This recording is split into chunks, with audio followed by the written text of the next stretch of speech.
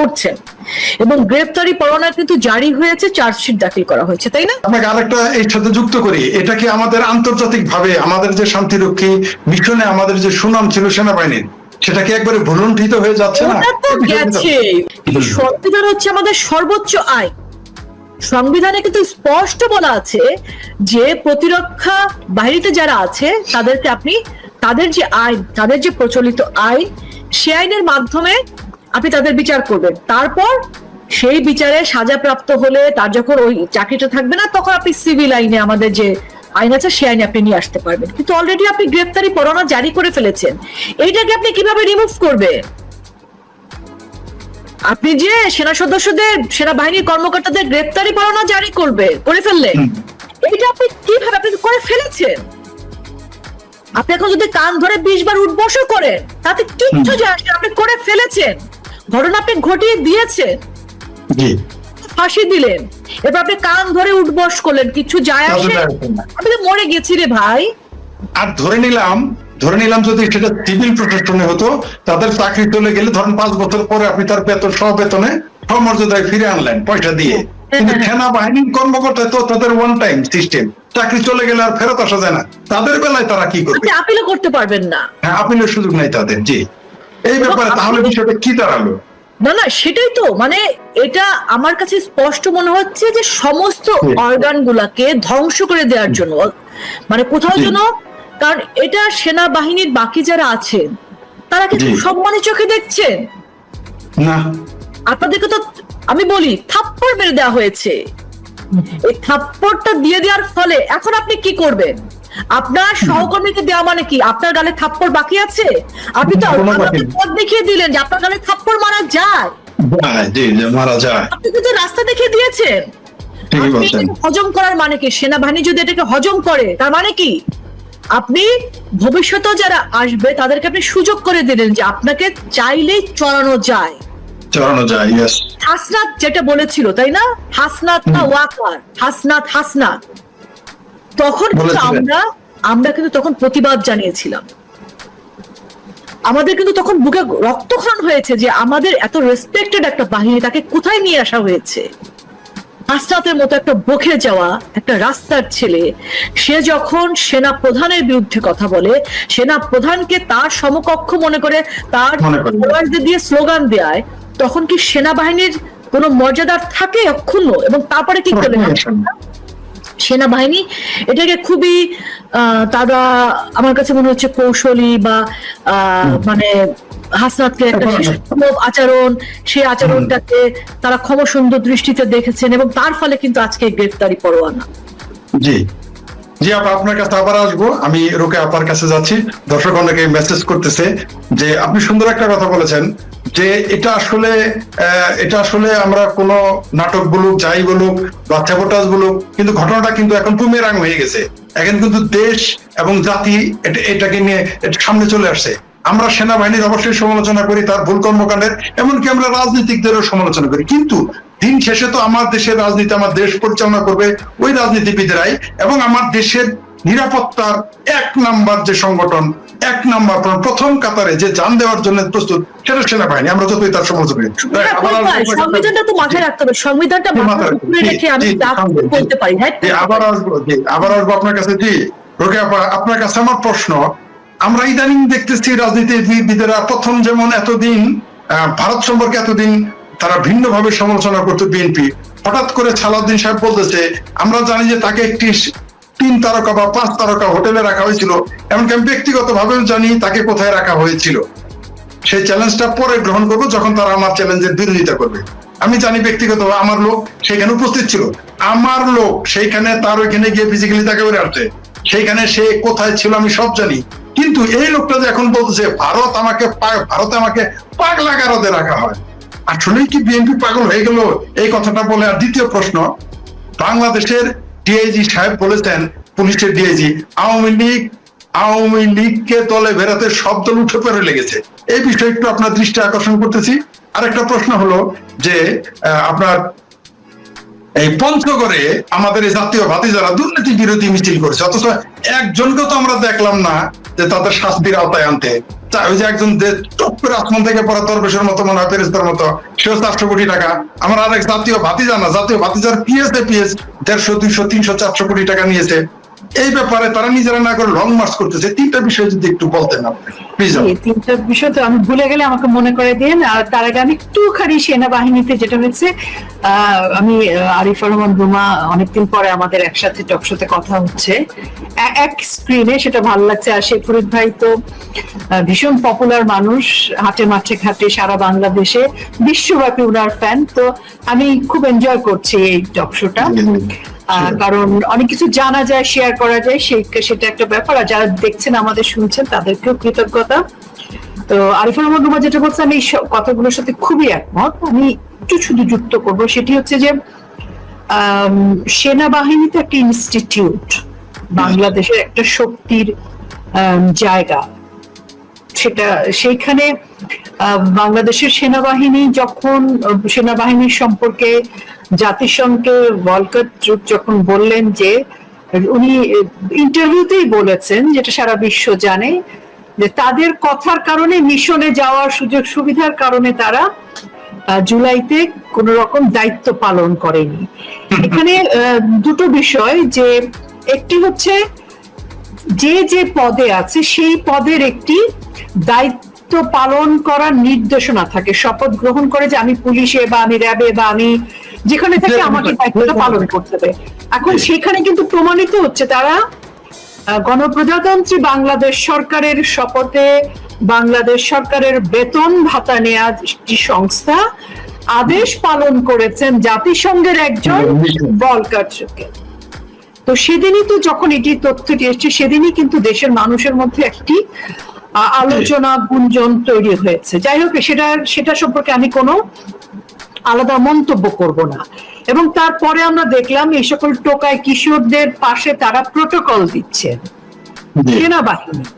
সেনাবাহিনীকে আমরা দেখলাম বঙ্গবন্ধুর ভাস্কর্য ভীষণ শক্তি দিয়ে ভাঙচুর করছে। আমরা সেনাবাহিনীকে দেখলাম দাঁড়িয়ে দাঁড়িয়ে দেখছে জনগণ মব আক্রান্ত হচ্ছে। আমরা দেখলাম সেনাবাহিনী হুঙ্কার দিচ্ছে, enough is enough, but mob আক্রান্ত হচ্ছে জনগণ। আমি জনগণ বলছি, আওয়ামী লীগের নেতাকর্মীকে মেরেছে, ঠিক আছে, আমি সেটা আলাদা টেবিলে রাখলাম। তারা মনে করছে 5ই আগস্ট পরবর্তী সময় জনগণ একটা বাংলাদেশের নাগরিক, আর আওয়ামী লীগের নেতাকর্মী কেউ না। তাদের মারাটা বোধহয় আল্লাহর তরফ থেকে জায়েজ। সেনাবাহিনীর লোকজন দাঁড়ানো, আওয়ামী লীগের নেতাকর্মীও যেমন সন্ত্রাসীর শিকার হয়েছে, মবের শিকার হয়েছে, হত্যার শিকার হয়েছে, ভাঙচুরের শিকার হয়েছে, অগ্নিসংযোগ, স্থাপনা ধ্বংস। কাজে স্থাপনা ধ্বংস হচ্ছে রাষ্ট্রের, আর সাধারণ মানুষ সহ সবকিছু যা ঘটেছে, ভাবমূর্তি নষ্ট হয়েছে দিনের শেষে বাংলাদেশে। এবং তারপর যেটি হলো যে আমরা দেখলাম হাসনাত সহ বিভিন্ন জন সেনাবাহিনীকে আক্রান্ত করবে, ক্যান্টনমেন্ট ঘুরিয়ে দেবে।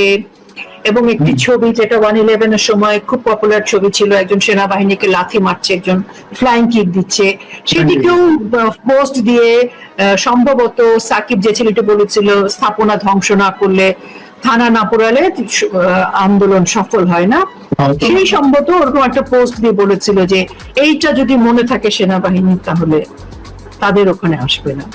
তো এরকম নানাবিধ ঘটনার মধ্যে দিয়ে সেনাবাহিনীর মর্যাদাটাকে ক্ষুণ্ণ তারাই করেছে যাদেরকে সেনাবাহিনী পৃষ্ঠপোষকতা করেছে।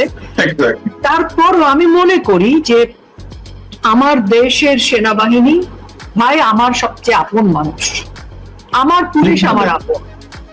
কারণ গুটিকত হয়তো অন্যায় করতে পারেন, কিন্তু সেনাবাহিনী যদি আমি বলি, অবশ্যই সেনাবাহিনীর মর্যাদার সাথে আমি একজন নাগরিক হিসেবে আমার মর্যাদাও জড়িত। কারণ দিনের শেষে সেনাবাহিনী বাংলাদেশকে রিপ্রেজেন্ট করে, বাংলাদেশের সীমান্তকে রক্ষা করে, বাংলাদেশকে রক্ষা করে, এবং সেনাবাহিনী এই গর্বটা তো আমরা করি। আর আমি ব্যক্তিগতভাবে খুবই সেনাবাহিনী পছন্দ করি, কারণ আমার একদম ছোটবেলায় আমার এইম ইন লাইফ ছিল আমি সেনাবাহিনী প্রধান হব। তো এটা আমার একদম ছোটবেলার প্ল্যান ছিল, যে সেনাবাহিনী প্রধান কেন, আমি সেনাবাহিনী কিছুই হতে পারিনি। তো ছোটবেলার এইম ইন লাইফ। কিন্তু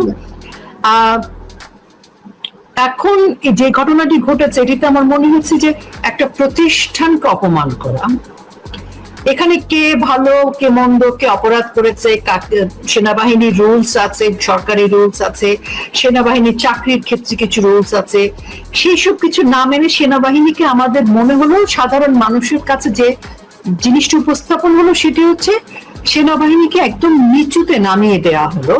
মানে পুলিশকে কিন্তু মেরে কেটে পুড়িয়ে টেনে হিচড়ে নিয়ে যাওয়া, লাশকে বিকৃত করা, ঝুলিয়ে রাখা, উলঙ্গ করে ফেলে রাখা, ওর মধ্যে দিয়ে পুলিশের ইনস্টিটিউটটাকে শেষ করে দিয়েছে।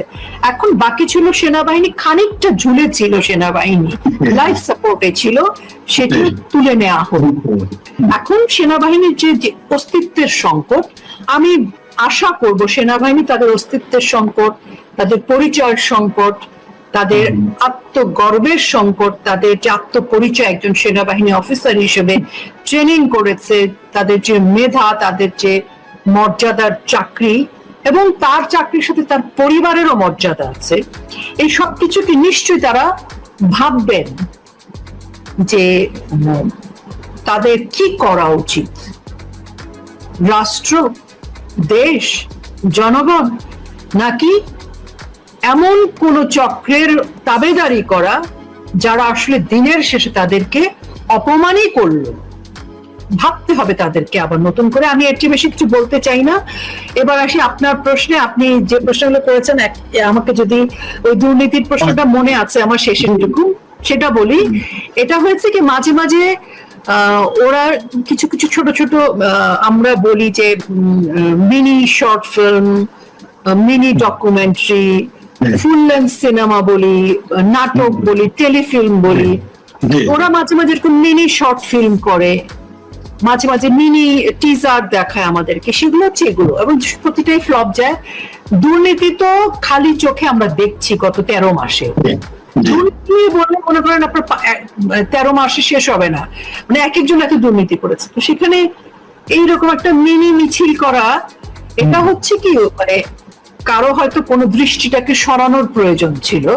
তারা যখন কোনো খারাপ কাজ করে তখন সেটাকে দৃষ্টি সরানোর জন্য অন্য কিছু করে, এবং সেটা নিয়ে আমরা একটু আলোচনা করি, তারা ততক্ষণে ওই কাজটা করে ফেলে। মানে এক বাড়িতে শীত কাটে যখন, সে বাড়িতে সবাই আসে, ওই বাড়িতে আগুন লেগেছে, চোর এসছে, এটা করে। আর অন্য চোররা কিন্তু গ্রামের আর অন্য সাইডের বাড়িগুলো, উত্তর পাড়ায় যখন, সরি উত্তর পাড়াটা কোইন্সিডেন্টালি হলো, উত্তর পাড়ার গ্রামের বাড়িগুলোতে চুরি চামারি করছে, শীত কাটছে, তো সবাই এটা নিয়ে ব্যস্ত দিকে যাচ্ছে লোকজন।